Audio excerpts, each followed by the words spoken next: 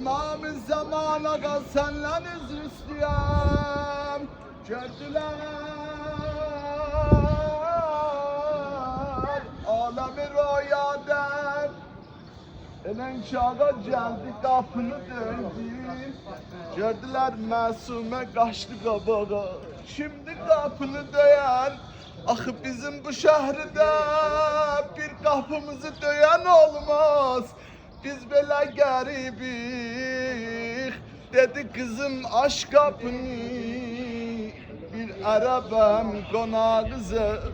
Dedi ya Arap. Axı bizim bu şəhərdə adamımız yox gəlirik. Sən kimsən? Muştaq oldu gəldi qabağa qapını açanda. Onlar iki atalar iki qız uşaqlar var. Onlar yaxşı bilərlər. Elən ki qapını açanda gördü babasıdır. İstədi qolların belə sala boynuna.